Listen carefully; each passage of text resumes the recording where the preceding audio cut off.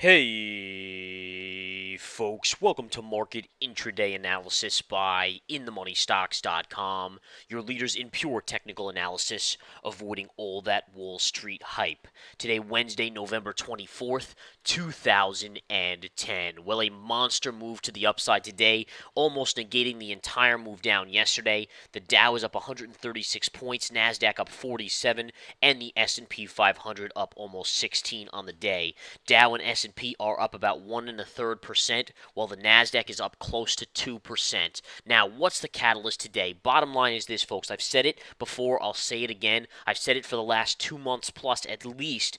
When the markets have no negative shoe dropping, meaning that there's no external force surprising the Federal Reserve, this market will be neutral to positive. Yesterday, we had the big thing with South Korea. That shocked the Fed. They couldn't control the markets. The day before, we had Ireland and the bailout news, and we saw a big sell-off early in the day, and the Federal Reserve still struck back and rallied the market back to the flat line to keep the markets in check. So again, you can see how those effects, those external surprises to the Federal Reserve, are not allowing them to prop the markets up like they want with POMO. However, today, folks, nothing.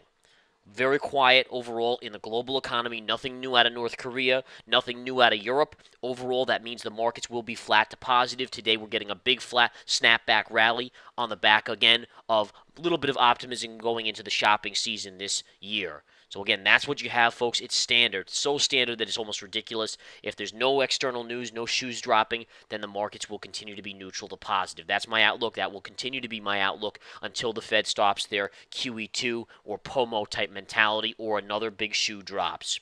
Now, the amazing thing about today on the intraday chart, you're looking at the intraday SPY, which mirrors the S&P 500, and you can see, again, the big drop yesterday. Massive drop. We closed just off the lows of the day. The amazing thing about this is the blue line. See the blue line right up here, folks? Very, very important blue line.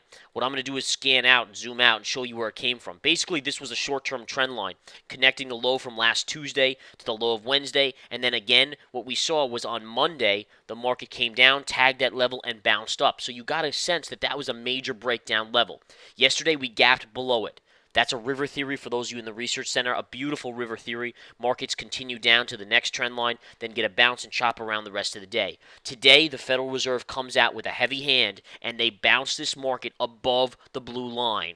Isn't that amazing how they just take it right back above? And again, essentially, there's no confirmation. For those of you in the research center and in the chat room, you know about confirmation on a daily secondary close below the lows of the first day. That obviously did not happen. Yes, you closed below yesterday, but again, then today, they gapped it right back above, basically reestablishing this blue line as the next area of support. Once we gapped above there, I told the chat room this morning, I said, hey guys, I think it's going to hold above this level the rest of the day. I do not see this market selling back below. So far, I've been dead right, and there's only about little less than 3 hours remaining in the trading day. And again, the volume is just dying out now as all the traders are away on holiday. Holiday, again, coming in Thanksgiving tomorrow. And again, happy Thanksgiving to each and every one of you out there. I encourage you as the new portion after Thanksgiving, make sure you join that research center or the chat room. Be sure you're on the cutting edge of this market. Learn these techniques so you can start making the money that you should all be making in this market.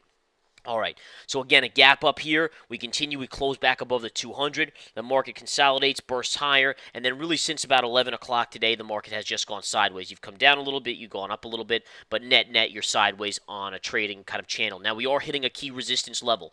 Notice how if you connect the high from, that would be, let me see, the last 3 days. So if you go back 3 days ago, which would again be last Friday, and you take the end of the day high close, you connect it to Monday's high, and you just scan it right through Tuesday here all the way to Wednesday. Notice how you're hitting this level, pulling back, hitting it, pulling back. You tried to get over right here, and you pulled back. So far, you're not able to get through this level, but you may very well get through it by the end of the day. The more you hit on this level, the weaker it becomes. If you break above this level, this would be your next target. Gap fill right here, that would be good resistance. If you get through that level, then you're going to go to the pivot high right here where that line starts, and that would be at 112.35. So again, if you get through this slanted green line right here, first target would be 112.15 to 120.15 to 120.20, and then if you get through that, you're looking at 120.35 as your next target. Now there are some big movers today. Tiffany's had good earnings. That's helping the real estate excuse me, helping the retail sector. And again, we can look across the board and discuss a few other things here. But number one, what I want to do here, folks, is first look at Amazon. Amazon is a powerhouse today of epic proportions. Now, take a look at the daily Amazon chart. It just burst through the double top here. You've blown through it. It's up almost $9 today, trading at a new all-time high. Now, the amazing thing about this, as we erase that line since we just broke through it, is that you have to say to yourself, are things that good? I personally believe, and I put out an article on the Free Rant and Rave blog today saying this, that the hype for the real retail sales and the retail stocks is much, much higher than the overall market would allow or should allow. I think it's overhyped. I think ultimately what you're going to see is some great sales. I think the sales are going to be very good on Black Friday, which is this coming Friday, biggest shopping day of the year. And I think the sales all for the whole entire month of December are going to be very, very positive. However, I do not believe they're going to be worthy. I do not believe they're worthy of the current valuations. And I think you're going to start to see institutions selling into the amateurs buying over the next 2 weeks, 3 weeks going into Christmas. And again, once January comes, I think these stocks will have pulled back again going into January and mid-January. So just be aware of that. I do think there's a possibility we go to 180, 185 on Amazon. That is a good possibility over the next few trading days, meaning Friday and maybe next Monday. But I do think you're nearing a top short term on this. I also think you're nearing a top on stocks like Coach. Coach, very extended, very overdone in my opinion. Even Tiffany's, which had good earnings today. Let me bring up that chart, TIF, and punch that in there. Even this stock, which is up $2.84 today, huge move. But again, look at the move that it's had. Does it warrant that type of move? Are sales going to be that good, all right, for these retail stocks? I disagree. I don't necessarily think so. I think they're going to be very good, but I think it's essentially priced to perfection at this point in time. All right, so just be aware of that. I think it's something we have to all keep in mind. I pride myself on understanding when something is kind of already factored in, and we look at the odds and the ratios and so forth.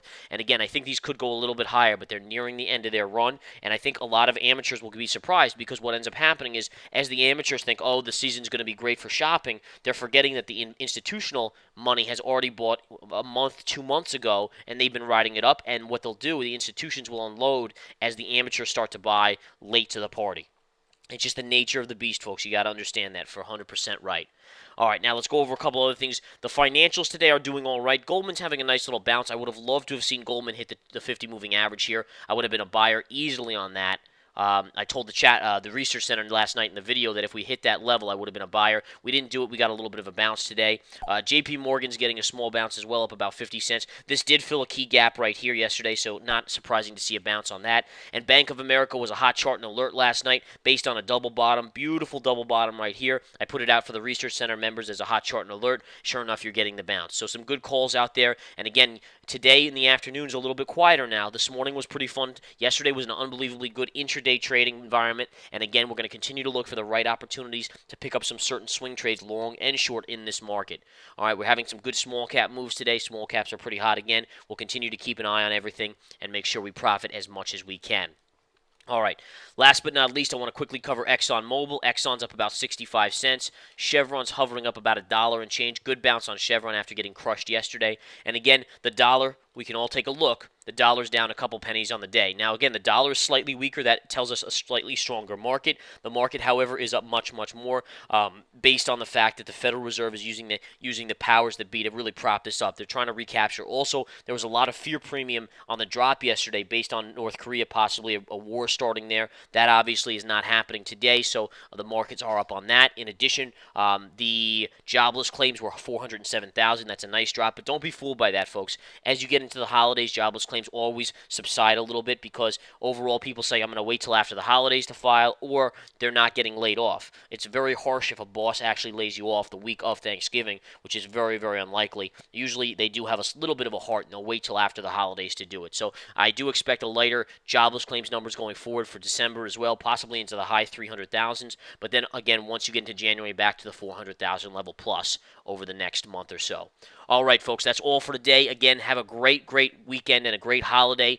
We will do a little bit of an intraday video on Friday as well for you guys, give you guys a little update of what's happening on Friday. Other than that, join the Research Center, get involved, and make some money. Learn the technicals, learn what we use as proprietary methods. We will teach it to you in that Research Center. We'll see you soon. Take care.